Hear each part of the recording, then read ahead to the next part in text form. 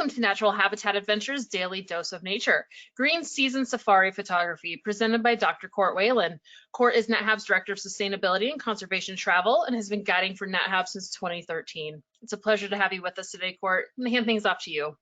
Thank you, Kendall. Happy holidays to you. Happy holidays to everyone in the audience today. Hope December is going very swell for you. A joyous holiday season for all, of course. So another time of year that it happens to be right now is the green season for safari photography. We realize, of course, that travel is a little bit different this year, so I'm sure the number of travelers down there partaking in such a wonderful time of year for safari is not the same. But the good news is that, it's actually open. Botswana borders are indeed open right now, so it's kind of fun symbolically to go on a little safari here. This is going to be a photo sort of safari photo lessons, just like I normally do, or often do at least. But we're talking about safari photography in the green season specifically. A few points of note. One is that the red arrow on my cursor is very intentional. That is to help point out things like composition and lighting and stuff I'll be talking about throughout the course of the presentation. And let's see what else. I think that's everything. And then actually, Kendall, if you can hear me still, maybe if you'd like to upload that photo cheat sheet, I often have that uploaded for download on the GoToWebinar panel. I'm going to be talking about a few things like aperture and exposure today. And if you've not yet downloaded this sheet, it's an 8.5 by 11. You can print it off at home. If you join a NatHab trip, you'll get your very own when you're on the trip with us, but you can print it off very easily. And it just gives you some basic adjustments, basic demarcations of how aperture corresponds to the photo, how shutter speed has effects, ISO, et cetera, et cetera. So that might be a fun thing to have on there. I'll mention it a couple times throughout the course of the presentation. So yeah, without further ado, let's jump right into safari photography in the green season. So this is probably a little bit nebulous to a lot of you folks out there, especially if you're not very familiar with African safaris. So we're going to kind of start with the basics of like what green season is, what African safaris are, where we are talking about on this massive continent when we're talking about green season safaris. So we're going to kind of go to the beginning, but I'll be brief, don't worry. But nevertheless, this is part of the information, hopefully helpful for understanding what's going on with safaris and seasonality in different locations. So we've got sub-Saharan Africa, which is pretty much everything here. Of course, the entire continent is fascinating and there's so much great stuff to see. But generally, when we're talking about the classic wildlife safaris, there are a couple main regions, and I'm going to grossly oversimplify this. I'd be happy to talk about expeditions, in Cameroon and Nigeria and everything over here, but we're going to be talking about mostly East Africa, which is sort of this quadrat more or less of Kenya, Tanzania, Rwanda, Uganda over here, and then Southern Africa, which includes South Africa, the country, but also Namibia, Botswana, Zimbabwe, and Zambia, and then a little bit of Angola, maybe a little bit Mozambique as well. But those are kind of the two main regions that we talk about for again, a classic Africa safari, the big game, the wildlife, the lions, the leopards, all that sort of stuff. So when we talk about the green season, I'm specifically talking about this area here, Southern Africa, not just South Africa, but Southern Africa.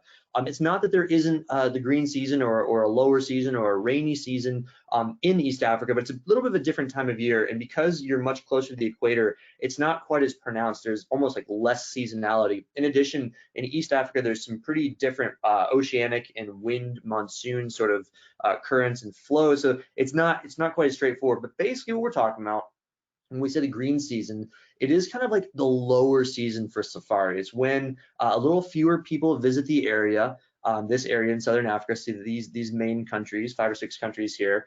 It is a great time to go. It is a gem. I often refer to it. I overheard this first, but emerald season. It's like the green season, but it's a real gem. So it's a little bit cliche, but nevertheless, it's so true. And I love it because it's not on people's radar. People think, oh, I want to go during the best time of year. And a lot of people will say, and there are certainly reasons to think that the drier season, sort of like the May, June, July, August, September, October, that's kind of the drier time of year. It's the quote unquote high season. It's when the brush is dried out. You can see further in. Animals are more routinely congregating around watering holes. So the other time of year, sort of the November through March-ish time, that is the green season. It is a little bit rainier.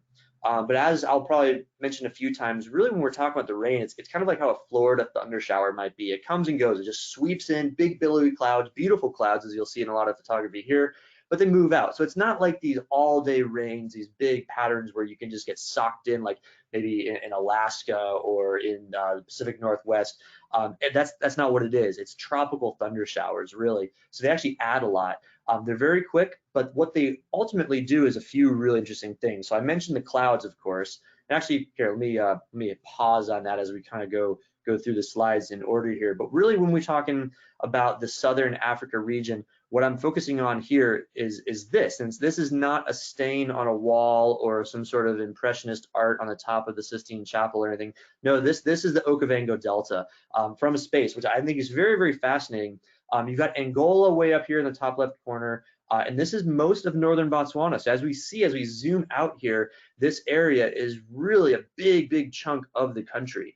But as you'll see, it's not the majority of the country, but it is the wildlife-rich area of the country. We'll talk about this area next, or a little bit later, because it actually has a big to-do with this green season. It's actually much more feasible and rewarding to be down here during this current time, this November to March.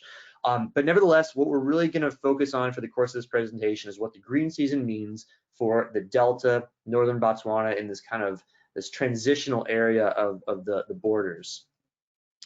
So what it means for looking on the ground is this. It's this verdant green landscape. It's this watery labyrinth. Believe it or not, this delta, it's essentially a very, very slow moving river, believe it or not. What happens is during this time of year, November to March, the rains fall. The rains down in Africa, again, like the Toto song, I know you're humming it in your head.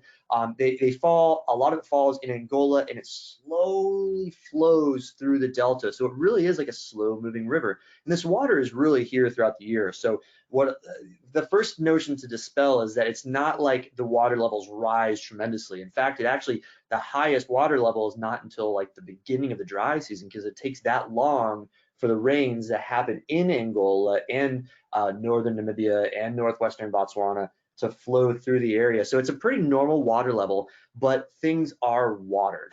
So the trees are green, the brush is green, the leaves are green, and this does add to a flourishing of wildlife. So what we actually manifest on the ground is tremendous wildlife sightings with this really sort of unusual lush green backdrop. In addition, what I was getting at, and I paused because I knew I was going to get a photo to explain it better, is that you get these really nice billowy clouds. And as you may know, when you get tropical clouds, you get propensity and opportunity for some really, really great sunrises and sunsets. It's not that you don't get them during the other time of year, it's still possible, but there's an uptick during this November to March time period that we absolutely want to capitalize on. We'll be talking about how to capture these in your camera a little bit later. And even when you don't have the color, you're shooting in black and white, you can get these really, really beautiful artistic scenes from these billowy clouds. And this is kind of what it looks for the wildlife. And again, as we shift over into the photographic instruction time, we're going to talk about how to get these shots. But just notice what's going on in this shot. I mean, this is unusual, and this is why I love photography during the green season. Is that you're photographing quintessential classic wildlife, like an African painted dog or African wild dog, as they're sometimes called, in this beautiful, lush environment. It's really unusual. It's a really unique thing for your portfolio. It's great for photography of animals that are in trees because you can get this wonderful backdrop. Look at this beautiful backdrop as the fire engine goes by. We'll wait for that to pass. But you get this beautiful backdrop. So oftentimes, we're photographing, brown backdrops of sticks and twigs, or maybe white backdrops of the sky. But if you have this beautiful beautiful green verdant landscape, things like bird photography and anything in trees can be really, really nice as well. The little things are around here. Yours truly, the token entomologist, admiring one of the token dung beetles, a couple dung beetles. And yes, that is me within half an arm's length away from my nose to a ball of dung, but that's what I do. They're fantastic little critters. I could watch these for hours. So it brings out kind of the big and the small in a really, really unique way. It brings out the baby animals too. So this is one of the main birthing seasons. So animals are often born at this time because it's when food is most abundant. When there's a lot of water in the landscape via rain, there's more fruits, there's more seeds, there's more grasses for the herbivores. and there are more herbivores for the carnivores. And there's more carrion for the carrion feeders and scavengers, like this little baby hyena as well. And even those 1-year-old critters come out in a little bit more abundance because there's enough grass to protect them. Their parents are a little bit less worried because they can hide in the grasses better. So it's a great time of year to spot baby animals as well. And a really cool thing is that the Kalahari comes to life. There's this bloom of wildlife, bloom of grasses, bloom of flowers, and bloom of animals. And what is really an otherwise kind of inhospitable, like almost difficult area to visit at different times of year. You might go down there, but for entirely different things in wildlife. It's more for these vast open expanses and beautiful skies. But during the green season, you can see here plains game, stuff that you would normally see in East Africa comes to life and is in the plains of the Serengeti, or yeah, I said Serengeti, the Kalahari. It's like the Serengeti. You can see here, the Kalahari is actually, even though it's just this one big kind of trapezoid, it's actually most of Botswana. So I love the green season because not only do you get the cool verdant green landscapes, all the other stuff that I tout and I'm very effusive over in northwestern Botswana, but really you get to see what the rest of Botswana looks like because it's a wonderful time to visit. And of course, you get a couple of the really interesting denizens of Kalahari as well, like the black man Kalahari lion. You can see here, beautiful, beautiful specimen. And cheetah, plains predators like this. Now you absolutely can see these guys in the Delta too, but there's something special about seeing them in these big open expanses. And again, look how unusual this photo is, and that you're seeing this cheetah in these really lush green grasses. That's not usually the case. So for the discerning photographer, for someone that wants something different, whether it's your first time to Africa or 10th time to Africa, anything in between, it's a really special time to visit. So I do encourage you to consider it for future years. It's a really, really special time. You get a little bit fewer people there. Often costs are lower because it's just not as in high demand. But first person, I will tell you right here that it is a wonderful time to visit. Anyway, without further ado, let's talk about photographing and how to get a lot of the stuff you just saw, the shots you just saw, and many more. So per the norm, I'm going to go over some of the gear. Every time I like to do it a little bit different just to give you a little bit more knowledge, new stuff that we might be talking about. So of course, you need a camera, check, number one. But we're gonna, all the point and shoots are great. They're fantastic for safaris. They do just fine. Safari photography is not super challenging when it comes to like low light conditions. The only real challenge is that sometimes animals can be either a little bit far away or they're just so amazing that you want to fill the frame with them. So I mentioned this last time. If you didn't catch my bear photography webinar, that is now live, or not live, but it's uploaded online on our website. You'll get the website here just towards the later end of the presentation. But I did a little bit of a deep dive into kind of 3 categories of lenses. The classic zoom telephoto, that kind of the one-stop shop, does everything. Something that has a little bit shallower depth of field, and this multi-purpose. I'm not going to go into a lot of depth here, but just know that these 3 lenses are all still like suitable for green season safari photography. But I often get the question, what is there like the best lens for African wildlife photography? And I find this to be especially suitable for the green season. One of the very first lessons we'll be talking about is how to photograph animals in thick brush or in dense vegetation. And so this is kind of like a if money is no object, because this is a pretty expensive lens. But if you truly want to know what the best possible lens is out there, this is how I actually view this as probably one of the best combinations. If you go for a fixed 300mm lens, one of these 2.8 jobbies that a lot of camera manufacturers make, plus a 2x telephoto, what that gives you is it gives you 2 big ranges. So it's not a zoom, like it doesn't go from 70 to 300. It's just 300. So you are stuck at that distance. However, with this 2x telephoto extender, you pop this on the back of it, and what this does is it magnifies this so it becomes a 600mm f5.6. What a 2x extender does is you lose 2 stops of light. So it goes from an f2.8 to an f5.6, which is still quite nice. So the benefit is that you can shoot at a 300 when things are a little bit closer, but things are farther, you pop that on pretty quick and easy to do, and now you're able to get things further in the distance. But the biggest thing of all is that by having this 300mm, you get a little bit more distance to your telephoto versus like the classic 70 to 200, another very common lens that is at 2.8. You get a little bit more distance, but mainly it's keeping this 2.8 that helps you blur the foreground, blur the background to help minimize distraction from all that green brush. We'll come back to that. That's a big topic here. That's one of the first lessons. For me, I do not bring this lens. I do not have this lens. Also, it's a little bit big for me to carry as a guide. I want to be as versatile and lightweight as possible. You know, I'm there to get my guests the right shots. So I will just have something that's multi-purpose, very quick, you know, get the shot and move on. So this is kind of my standard kit. If I have room, and of course, smartphone, because it's a great way to take group shots, people shots, landscape shots. If I have room, I'll bring these guys as well, an ultra wide angle, and then my my lovely nifty 50. And I've said it for a lot of presentations, but I still get questions about this. So I'm going to say it again, is that the nifty 50 is a great thing if you're looking for a little treat for yourself or someone that likes photography this holiday season. The nifty 50 gives you this f1.4, very shallow depth of field, relatively inexpensive by lens standards. You can get like the lesser or cheaper models for something around $100. Really fun lens. For those of you that aren't routinely in my presentations, I love this guy for just general travel photography, you know, downtime between camps, between safari drives, just walking around. It's always going to give you interesting photos because of that ridiculously shallow depth of field made possible via f1.4. So I've said it a few times, but I want to say it again for anybody that hasn't caught that from previous webinars. I'll be very quick on this. You know, extra memory all the time. Make sure you bring extra batteries.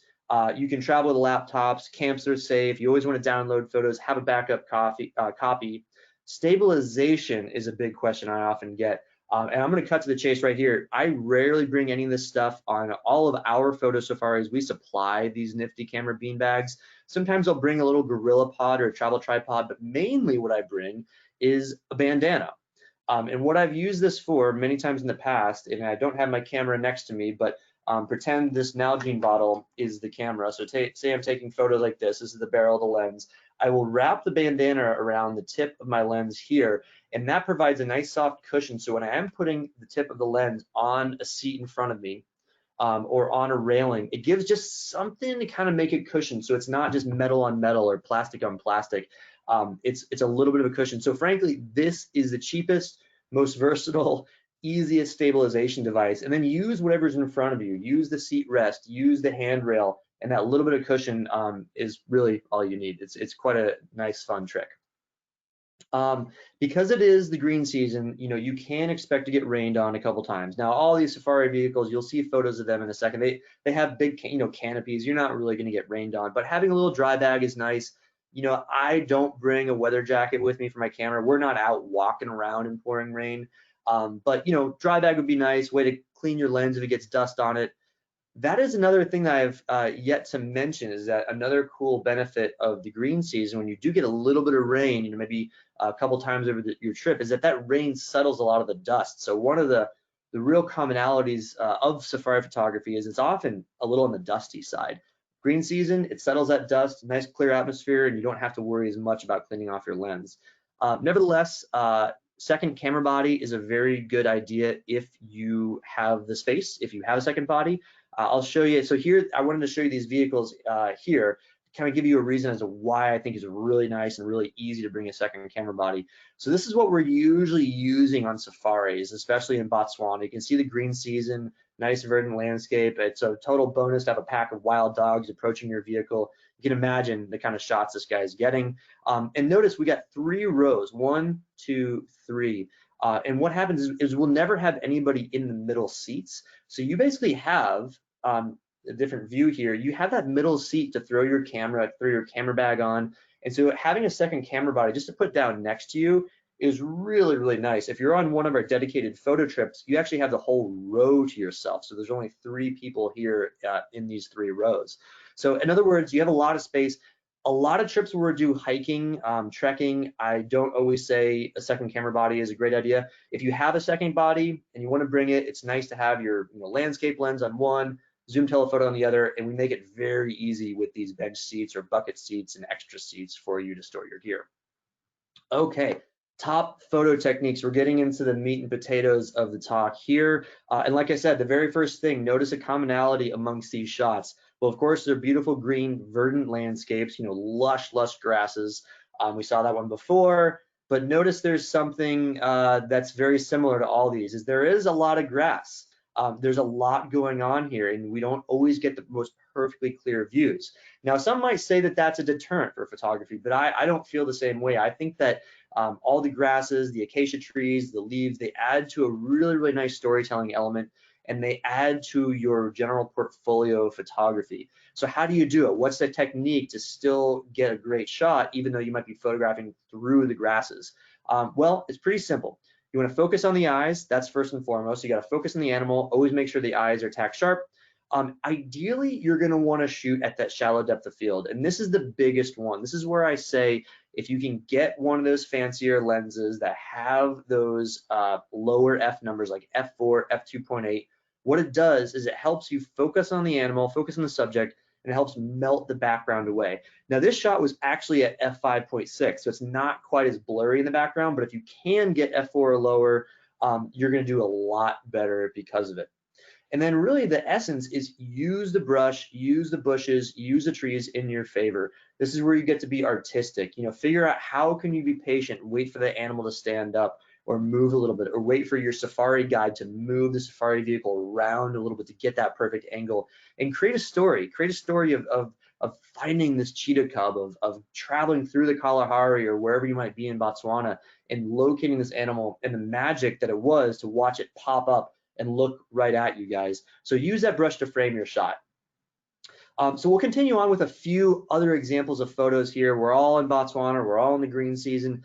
Elephants, another great example. You know, I'm shooting at a shallow depth of field because this is not a landscape shot. You know, it's a cool landscape, nice kind of scraggly trees here. But really what I'm doing is I'm trying to minimize that depth of field so I can isolate subject, or isolate focus on the subject, and not have all this stuff in crisp focus that draws your attention. And you'll see here, you know, this at first glance, you know, if you're not looking at this little guy, you might say, oh, this is a landscape shot. It's but it's blurry. And so the blur actually draws the viewer's eyes and kind of gets them searching. And all of a sudden, boom, something pops out.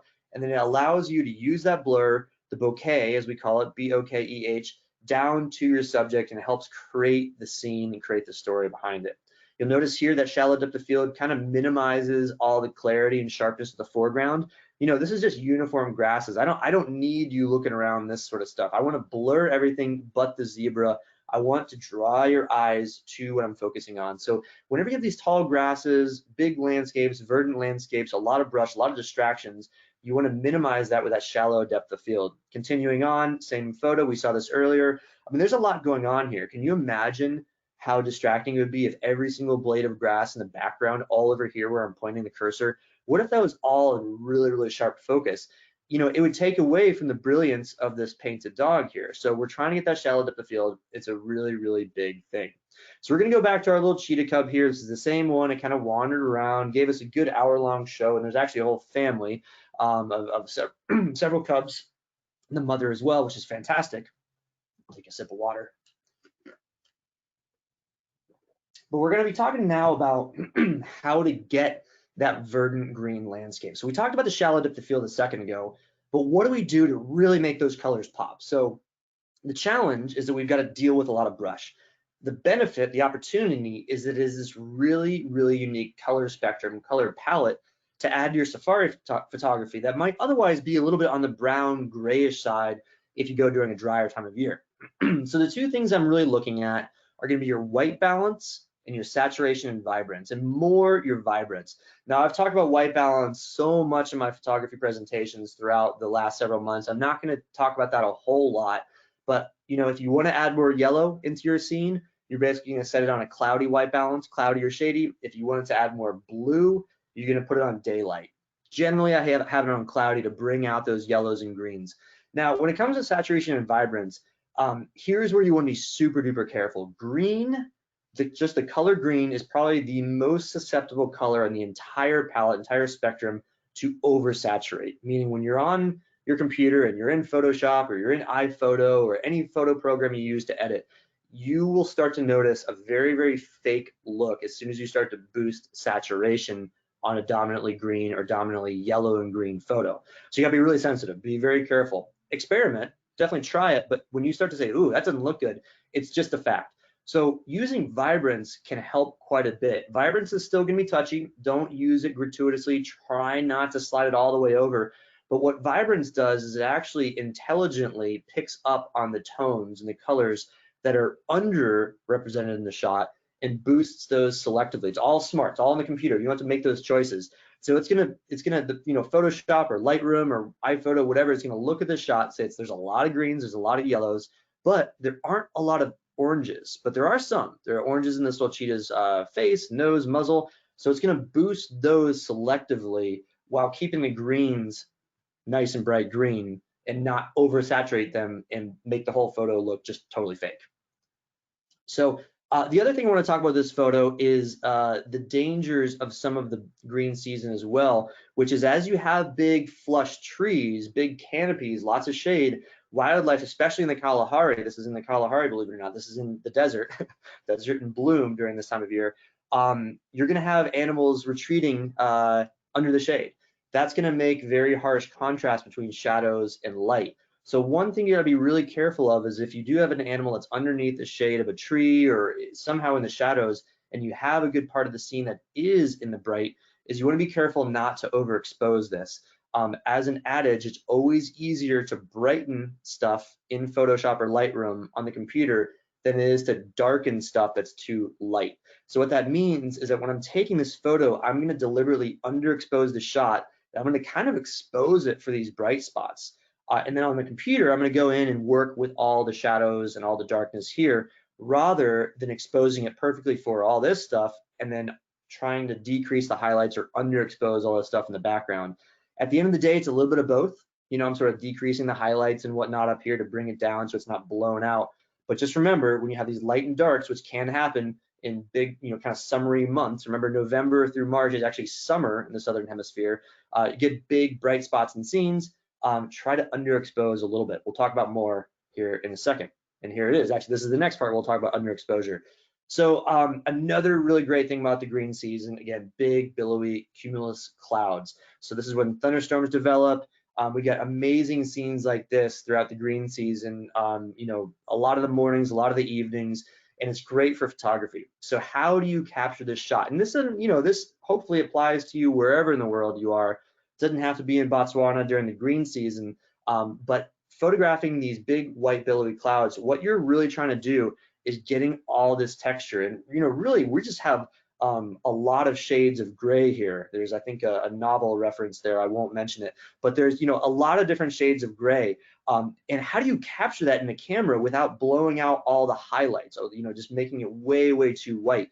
If we let the camera choose on its complete own, on full auto settings or whatever, most likely this tree would be nice and well lit and all these clouds would be more or less white. There'd be a little bit of darkness here, a little bit of darkness here, but you would lose all this texture, all this puffiness, and that's actually what we want. And we want all this texture, all this color at the expense of the foreground. We don't care if this tree is well lit. This is actually a shot pretty much mid-afternoon. So, our eyes are seeing this tree in pretty good definition, pretty good color. But if we can underexpose the shot, we can get these clouds really nice and silhouette the tree in the foreground. So how to do this? Well, if you are used to shooting on full auto, that's totally fine, but you're gonna have to wiggle off of it slightly.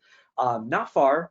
If you go to P for program mode, you are going to have creative control over your exposure meter here. If you shoot on aperture priority or shutter speed priority or anything else, you will also have creative control over this, but really the only setting you can't shoot on is going to be full auto. So what this does is it tells the camera, I want my scene to be darker than you think it is. So going to like -1, -2 is going to make this photo pop. Now there isn't any sort of perfect setting. I can't say you always want to dial it down to exactly -1 or exactly -2 or somewhere in between, because it really depends on your scene. It depends on your vision. This is a darker scene. It's bringing out some of the white here. We got a very dark cloud here in the bottom. It's very subjective. We're kind of losing a little bit of detail down here. It's almost like too silhouetted.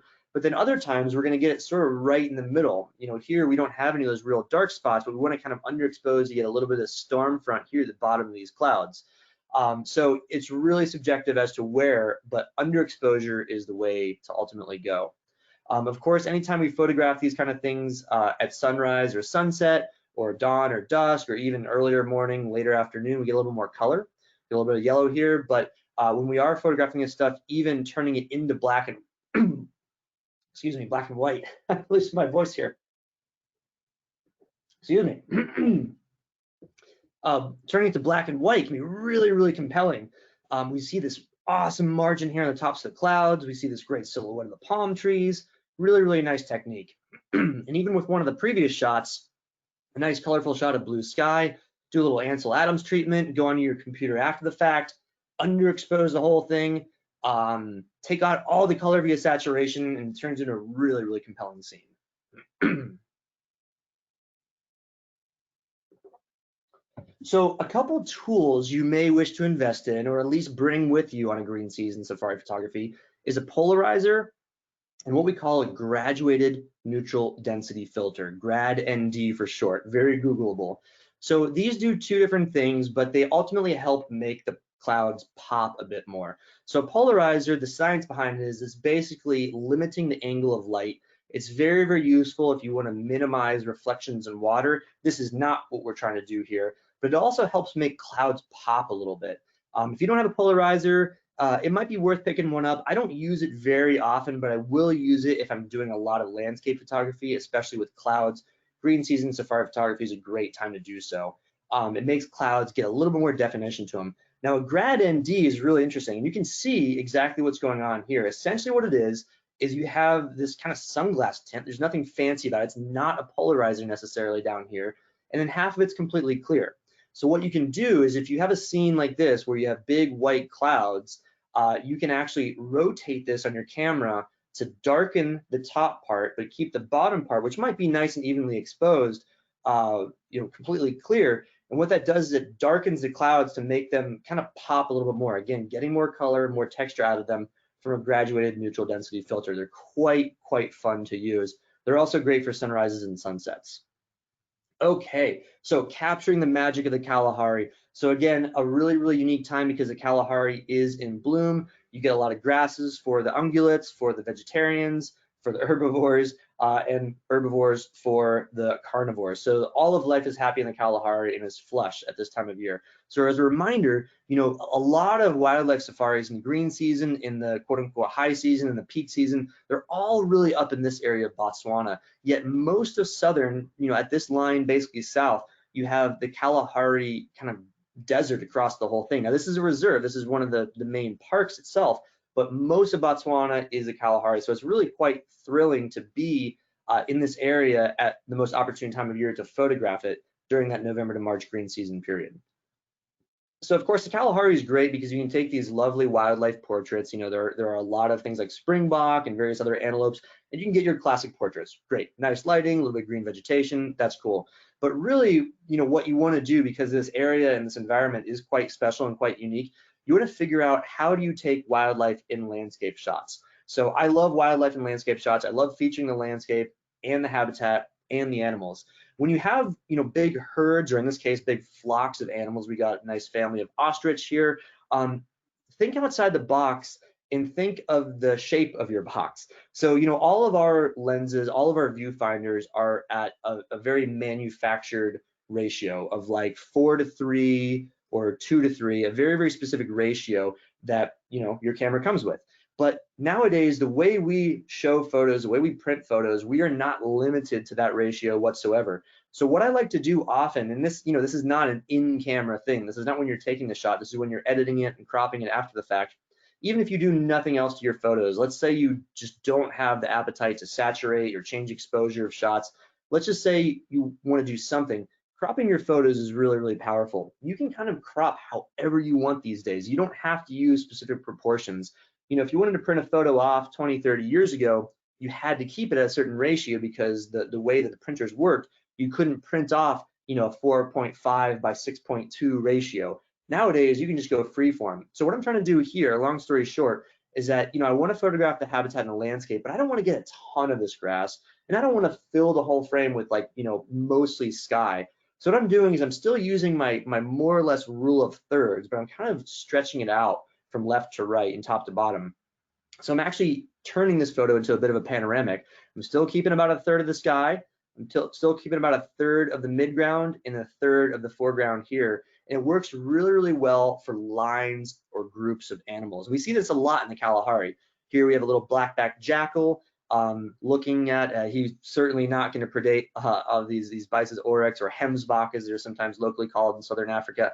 But nevertheless, you see this long line of wildlife with a single animal there. Think about the crop when it's on the computer. You don't need to have all that gratuitous sky. You don't need to have all that bunch grass in the foreground. Think about pulling it in and really zoning in on the wildlife feature. Sometimes it works really well for big landscapes that do have a lot of uniform texture or color. This is the Kalahari. It's a big plain. Yeah, it's sort of interesting to have all these grasses, but maybe you stretch it out just to have your lionesses walking out in a very uniform texture to not have it distracted by a bunch of stuff, the grasses, the sky, all sorts of things. Think about how you crop. Also, think about doing almost the exact opposite. Think about how you might be able to make that animal a little bit smaller than you'd think. Instead of filling the frame with it, we often always want to get the big shot. We always want to fill the frame with the animal. I often call these like field guide shots. They're really, really great for field guides, but they're not always the most artistic. I think the best photos that go on walls, that go on sale, that people really go gaga over is to have wildlife in a really sort of artistic, unique form. When we see this in the back of our camera, we don't get real giddy. You know, we don't like it all that much because the lion is so small. It's like 4 pixels in our 1 inch by 1 inch screen. But when you put this in the computer, it gets quite compelling. Same thing here. You know, we're relatively close to these cheetah cubs, and I could have put my big telephoto on, and I could have filled it so this entire screen you're seeing is one cheetah cub. But a lot of times, force yourself to zoom out, force yourself to take at least one or several shots of the landscape, of the habitat, make that animal deliberately small, and you might be really surprised how much you like. And again, I love this with these big flat plains like the Kalahari and like the Serengeti of East Africa. Providing context to your shots is really helpful. When we're often faced with big animals, big wildlife, it's hard to get a sense of scale. You know, for someone that's never seen a lion, you don't really know how big a lion is, or you don't, maybe more accurately, you don't feel how big a lion is by seeing a photo. So we try to find something in the landscape to give it that context, give it that scale. The thing with bushes and trees is they don't really cut it because we don't know how big these bushes are. We don't really know how big the trees are in Africa. But what we do know how big is an average vehicle, an average car, an average Land Cruiser or Land Rover. So you probably heard me talk a lot about this with my Nature Photography 101 and 102, is that I never shy away from getting vehicles, from getting people in my nature, wildlife, and travel photography because it provides context. It gives a little bit of a story, a little bit of a scale, and I think it makes for a very, very powerful photo. Between that one of this male lion walking through the bushes and this one here, I feel that it's a bigger, better photo with having this context here. Okay, capturing animal behavior. We love this kind of shot. We love waiting for that moment and capturing that one time when, you know, the little cub is looking up at its mom and she's stretching. It's fantastic. Love the shot. But a lot of times when we're watching wildlife, especially lions, especially the big predators of Africa, there's a lot of this. There's a lot of like, ooh, we're waiting for the shot. Like they're kind of looking around. One's got its eyes closed. They're kind of overlapping. They're kind of rolling around. So I wanted to do a really quick tutorial on how to just bare bones basically set you up for great wildlife videography. Okay, so if you want to take some videos of the scenes between your photos, here are some basic tenets. Here's what you want to go for. First of all, you're going to want to stabilize and resist any sort of movement in the scene. Oh, I definitely have a frog in my throat today. So stabilize and resist any sort of movement from your camera. The worst thing you have out there is if your movement, your camera is shaky. If the video footage is shaky, that's just kind of like the enemy to good video. So do anything you can to brace your camera, brace the lens, use that bandana technique, put it on the seat rest in front of you, and try to be as still as possible. A lot of people just starting off with videography will try to pan, they'll try to zoom, they'll try to add that movement. My humble recommendation is try to not move it at all. To be a really good pan videographer, you have to have years of experience and training. You will probably not get it right your first time or even your 100th time. What you can get right is just keeping a good frame, good composition, and good steady camera. So try to resist movement. Even though it's tempting to zoom in and kind of create your own edited, finished video, I don't advise it. What you want to do, no matter what camera you have, try to get on manual mode. I recommend 1/60th of a second shutter speed, and here's why. Generally, what you want to do is you want to have a shutter speed that is twice as fast as the frame rate. And I don't have the time to go into exactly why, but you don't want to have a really, really fast shutter speed. And this is something people often fall into a trap of when they're outside with African safari, big full sun in the green season, a lot of light, is your camera can shoot a really fast shutter speed with video. But what you'll see, and you can try this at home with like a ceiling fan, try a really fast shutter speed on video, and you'll play it back, and it's stop and start. It's like very staccato, it's very punctuated, and it doesn't look flowy. You actually want a little bit of blur in your scene, and the general sweet spot about twice your frame rate. Usually frame rates for cameras is about 30 frames a second. If you're setting it on 24 frames a second, you can put it on 1/50th of a second, but generally keep it at 160. Auto ISO, and then f8 or similar. You can try to get real artsy in a very shallow depth of field, but unless you're really used to that, unless you have a really, really good lens, I recommend just kind of setting it and forgetting it, and making sure you count to at least 15 to 20 seconds. I know this seems like a little bit rudimentary and maybe a little bit patronizing, but what you want to do is you want to have enough time in your shot to be able to, when you use it at some day, to be able to edit out the very first couple seconds and very last couple of seconds. Because what will happen is as you're depressing that shutter, or as you're pressing it and the beep goes on, for a good finished video, you really don't want that in there. As you're pressing the shutter, it's going to move it a little bit, or as you're pressing the record button, it's going to move that camera a little bit. So I really try to discipline myself to count to 15 or 20 to get at least 15 or 20 seconds for that video. Okay, we are moving to one of the final topics of today. It's the great sunrises and sunsets of Botswana, the Okavango Delta, and primarily the green season in Africa. So we love these shots. The sun's it's fantastic. You can get these amazing sunrises and sunsets, incredible colors, almost each and every day that you're out there. There are a couple ways to do this, and I've talked about this in previous webinars, but it's extra important. There are two methods. The easy method for getting a shot like this that has these wonderful colors is to just simply focus on the colorful clouds. So you might be in front of these big papyrus reeds, here we are zooming through the delta itself. You might want to focus on the thing in front of you, the closest thing. What that's going to do, if you don't do anything else, is it's going to expose for that too, and it's going to try to brighten everything. If you've ever looked at your camera and your settings, or especially your photos afterwards, and you've noticed like, man, that sunset or that sunrise was so vibrant to my eyes, but in my camera, it's like white. It's like a hint of yellow, maybe a splash of orange, but it's not as rich as I saw it with my eyes. And that's because you're exposing in the wrong thing. So the easy method is focus and take the shot on the colorful clouds. I recommend focusing on the margins here of colors. Cameras rely on contrast to focus. If you focus on just the dark spot here or just the bright spot, it's not going to focus that quickly. So try to focus somewhere on the margins between that dark and light, or bright and a little bit darker, different colors, and you'll pick up focus every single time. You'll get a good shot. Now, the better method is to do two different things. You're going to want to meter on the colorful clouds, but then actually focus on the thing closest to you. And that's how I've taken this shot. So this is, if you've not heard this before, this is a big game changer for sunrise and sunset photography. The way you meter is just telling your camera how to choose the amount of light, is one of two ways, and different camera makes and models do different things. For a lot of them, it's this little asterisk. For others, it's known as auto exposure lock, or AEL. The best way to do it is look in your camera's manual or do a quick Google search. How do I, where's my auto exposure lock button on X make and model camera?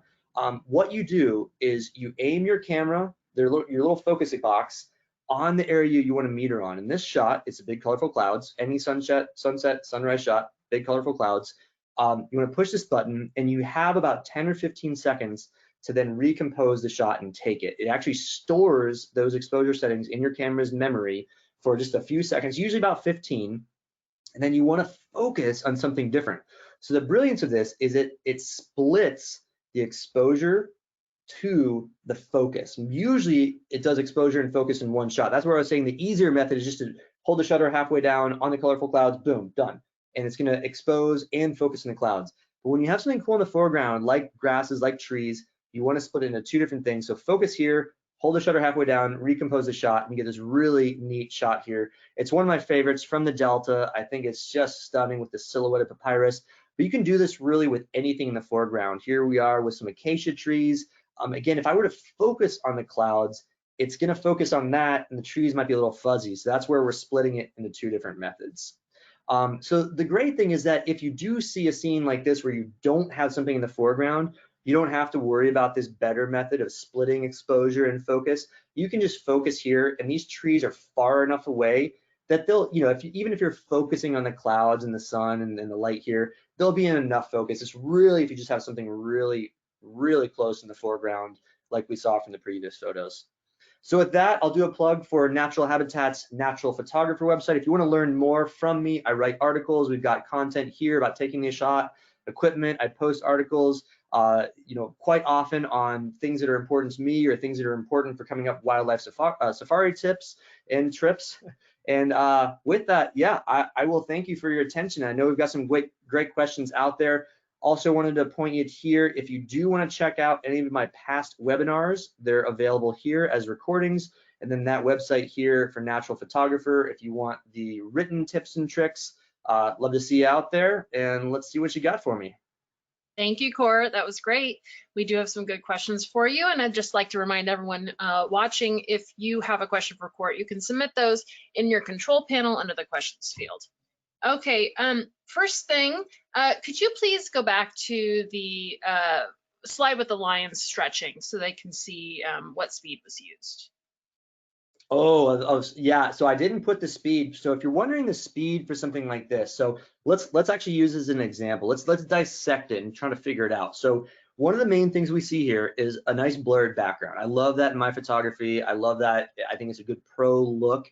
It helps minimize distractions. So we know it's a shallower depth of field. There's no way this is anything bigger than f5.6, that's for sure. Otherwise, you just won't get this blur.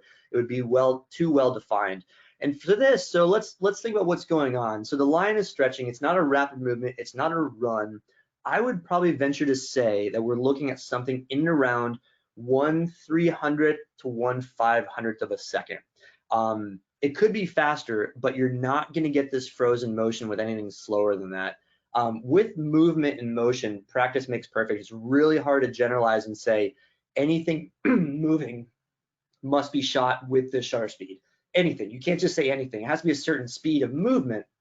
So generally for like a gingerly moving animal, like stretching or standing or turning around, 1/320, 1/500 is gonna be good. Anything walking or like kind of jauntily moving, like steady movement, you need to be up in like the 1/800, 1/1000, 1/1200 pretty quickly. And then running, flying, you're like 1/1500, 1/2000. So yeah, I don't have these settings on this specific shot, but I'm gonna say probably let's cut the difference 1/400th of a second shutter speed, probably f5.6. Great. What is your opinion of using binoculars with your camera? So I could interpret that. I'm just going to move forward here just so we get to those websites in case anybody still wanted to write it down. So there's a couple of ways I can interpret that question. One is, do you carry binoculars while photographing? And I do. I'm a guide. I like to sometimes give my eyes a break. I like to sometimes scout. I like to sometimes be patient and wait for a photo to bring itself to light. So I do. I absolutely do. I think that a camera can be your monocular. It can be your device for scanning the horizon. And I do that often too. But there's another way of interpreting that is, can you get like a way to use your binoculars for photography? And yes, that is indeed the case. In fact, last webinar I did on bear photography, one of the bears I used as a tutorial, I showed a little attachment for your smartphone that you can buy for your binoculars that actually puts your smartphone in the exact right position to use the lens through the barrel of the binocs and use it like a big telephoto. So either way, I'd say, yeah, it's worth bringing. Now, if my luggage situation was to the point where I could either bring a lens that I really like or binoculars, and I wasn't a guide, like I'm not professionally trying to spot things, I might bring the extra lens because you can use a big lens as a spotting scope, your own personal spotting scope. Very cool.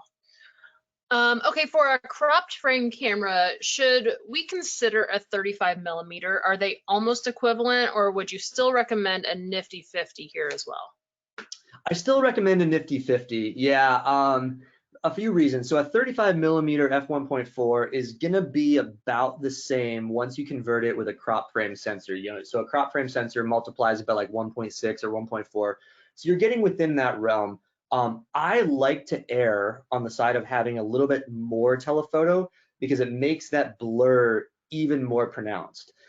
In addition, if you invest in a good nifty 50 or really any nifty 50, my guess is you're going to love it. My guess is that you're pretty serious about photography. My guess is at some point you might consider going full frame, and that way you don't have to upgrade that lens or change that lens.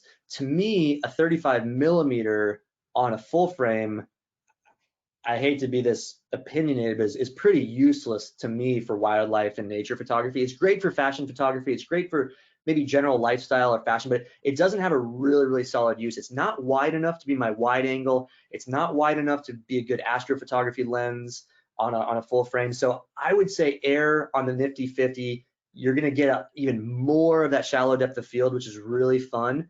And you may upgrade to a full frame and really appreciate not having to get another lens at the same time. All right. So there's someone watching wondering if you don't have a 2.8 to 4.0 lens, are you better off away from the green season? No, no, no, no, not at all. No, that's I mean, I respect that question. That's a really smart question. No, no, no. I mean, I like to just talk about the ideal here. I don't have anything better than an f5.6 personally.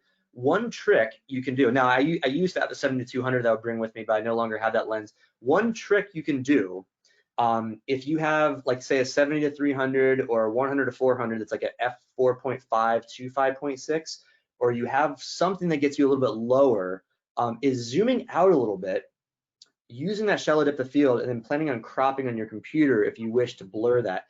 That all being said, if you envision the scene and if you have a little bit of photoshopping skills, even just a smidgen of photoshopping skills, you can blur that background and you can get the same, well, not the same, a similar effect if you wish to Photoshop it. But no, the green season is, it's a jewel for anybody interested in the stuff that I've shown today. Mm-hmm. So going back to your cloud photos, where are you focusing? Is it the foreground and then you use a high F number? Yeah, so let's go back to one of those. Let's go, hopefully everybody's gotten those websites if they want them. Let's go to like, let's go to like this one. So here, let's dissect the scene. So this tree is pretty far away, but it's also silhouetted. I'm not too worried about this being super duper crisp and focused because it's not a big dominant part of the scene. So I'm focusing on the clouds, exactly. So what I'm doing here, this was taken several years ago, so I'm gonna assume I know what I did. But what I would do if it were modern day, present day me, is I would take my camera and I would focus and meter. So I wouldn't break it apart. I just wouldn't take the time to do it. I think focusing and metering somewhere here in the midtones with the contrast is enough. I'm gonna take a test shot. I'm gonna look in the camera. I'm gonna see if it's too dark, too light, exactly as I want it, and I'm gonna adjust. And I'm gonna probably go down to -1, and I'm gonna take a shot. Down to -2, and I'm gonna take a few different shots. But probably focusing and metering somewhere in the clouds themselves. All right. For cameras with back button focus, can we use that to split the focus and exposure by using back button to expose on the cloud and then manual focus on the foreground?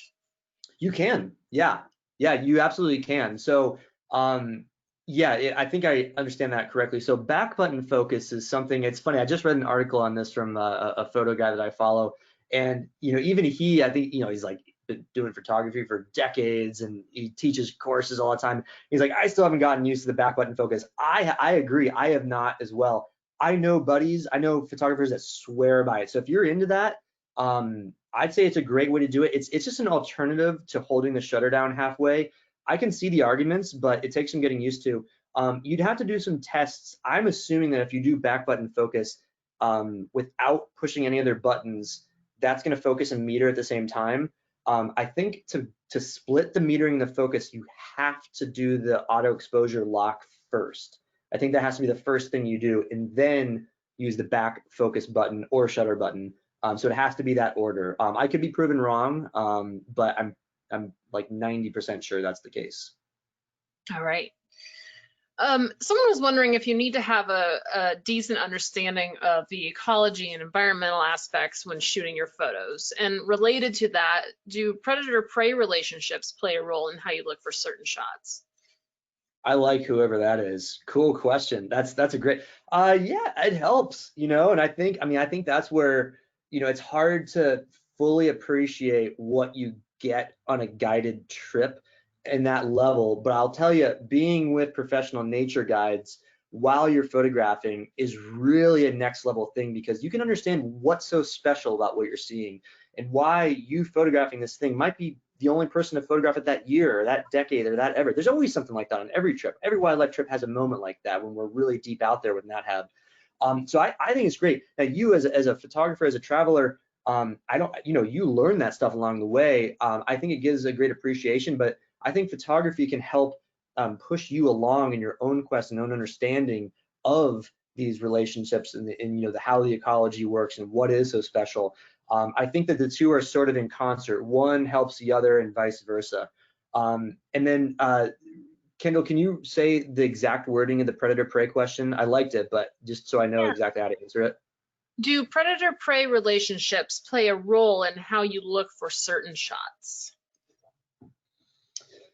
Yeah, it's God, how much time you got? That's a big question, and short answer, yes. I'd say just kind of a knee-jerk reaction, knee-jerk answer. One of the biggest ways is if you is watching the behavior of one to predict the behavior or location of the other. So a classic example is certain animals will stot, S-T-O-T. I think it's just one T. S-T-O-T, and a lot of the ungulates, a lot of the antelopes will do so. And what it is it's just jumping. Like, imagine this little springbok, this little gazelle, just jumping straight up in the air, like 6 feet in these tall grasses. And you're looking and you're like, whoa, that is cool. And of course, it's great to photograph it. But as you start to understand predator-prey relationships and dynamics, what you really understand is that means there's a predator around. And we might not see it because there's a lion in the bush, maybe next to us, maybe across the way. But that's like a warning sign. And it's kind of cool. I'll briefly explain why. So there's actually a couple of hypotheses, probably a little bit of column A and a little column B.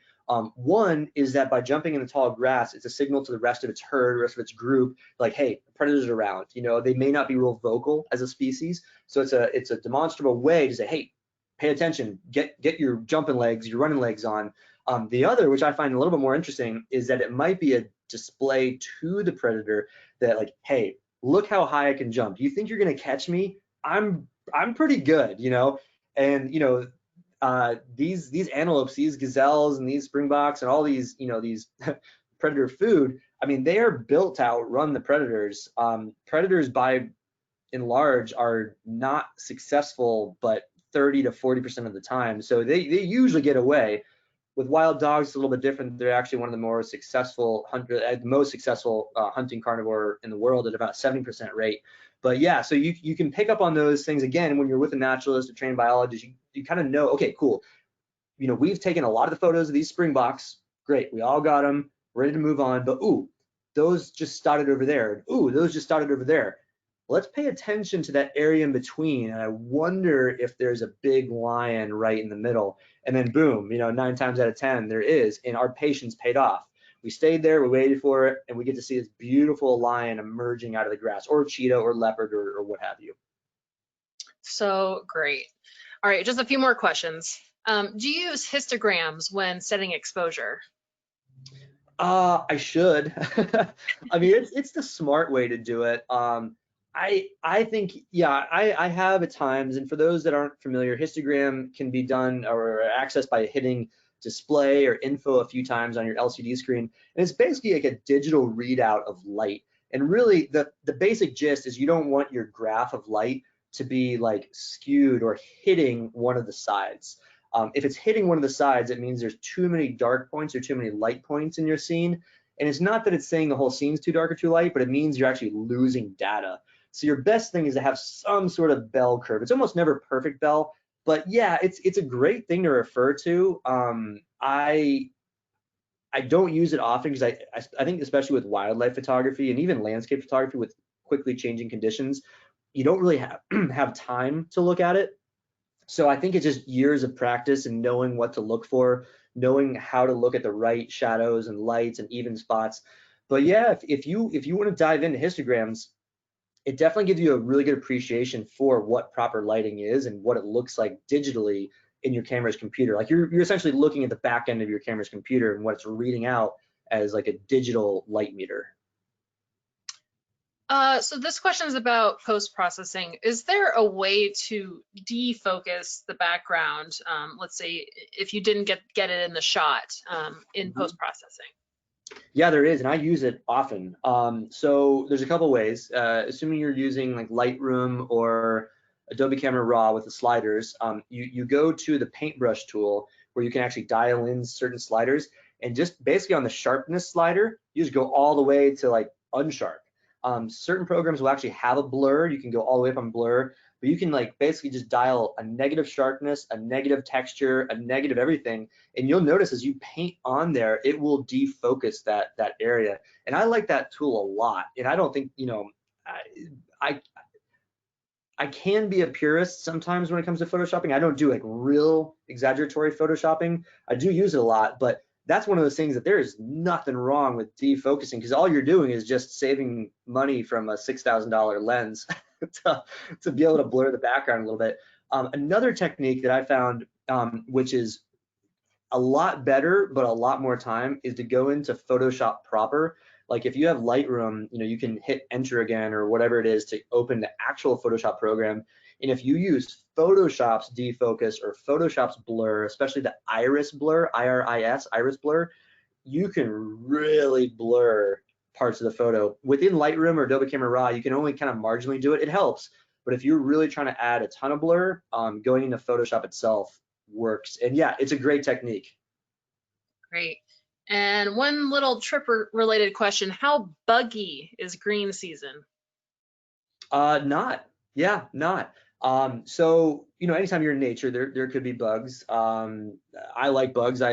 You saw me looking at the dung beetle, but the question is, I'm sure like biting flies and that sort of stuff.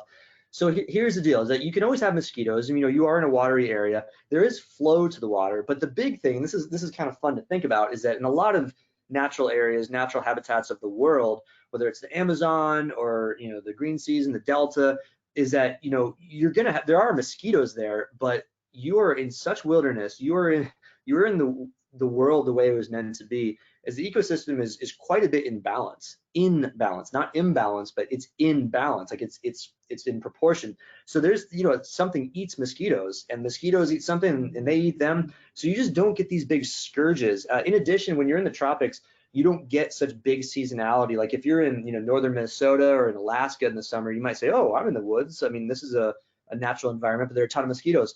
It's because they have a very short window to be alive and to reproduce and do their whole thing. But when you're in the tropics and areas of Africa, like there's no real pronounced time that the bugs, the biting flies are like, all right, guys, we got to go do this really quick. Like we've got to bite these humans or these antelopes or whatever because it's gonna be cold. It's gonna be winter again. It just doesn't happen. So yeah, they're around, but it's probably not anything like what you're expecting. Now you go to the contrast of that, and you go to southern Texas or like something in a shopping parking lot with some standing water, and you get way more bugs because we've transformed that landscape and we've taken out the bats that eat mosquitoes. We've taken out the mosquito eating fish. We've taken out the birds that might eat the fish, or sorry, birds that might eat the mosquitoes. So when you're in an area that like everything just works and is in harmony, you don't get big blooms of the nuisance type biting flies. So it's a good thing. Okay, great. Someone mentioned something about the pro photo trips, and I just want to mention that there'll be some more information coming out in the coming weeks. But if you want some more information right now, you can give us a call at 800-543-8917, and one of our adventure specialists will help you out. All right, Court, I'm going to call it there with questions and hand it back over to you for closing comments. Yeah, thank you, Kendall. And yeah, good mention there. It's like am so excited about this program. Like this is a big deal for natural habitat adventures. So definitely inquire if you are a photographer, especially if you're a serious photographer, if you're enjoying these presentations. We're coming out with a whole new line of trips starting next year that is an even one more level elevated of photo instruction throughout the course of these adventures. It's coming together right now. We're helping design it and programming it and all sorts of great stuff. Definitely reach out to our office to be on the short list to hear about it when things do come out and trips are announced. It's like coming up soon. But anyway, I just wanted to plug that because I think you guys are gonna love it. It's a really exciting thing. But yeah, hopefully you guys also love the green season of Africa. It's a really exciting time. It's an often overlooked time of year. I'm not gonna say you have to drop everything and go there tomorrow, but as you know, I mean, we are very excited for the rebound of travel, and there is a green season in Africa next November through March, and I'm eagerly awaiting my opportunity to get back there and photograph all these amazing scenes. So with that, I wish you guys happy holidays, of course, and I'll see you guys next week. I'm doing a talk on geology of the American Southwest, so we'll see you then. Great, I'm looking forward to that, Court. Thank you so much for presenting today, and my thanks as well to everyone who tuned in. Be sure to join us tomorrow for our next Daily Dose of Nature. We did record today's presentation, and we'll have the replay available on our website soon. And with that, I'll conclude the webinar. Goodbye, everybody.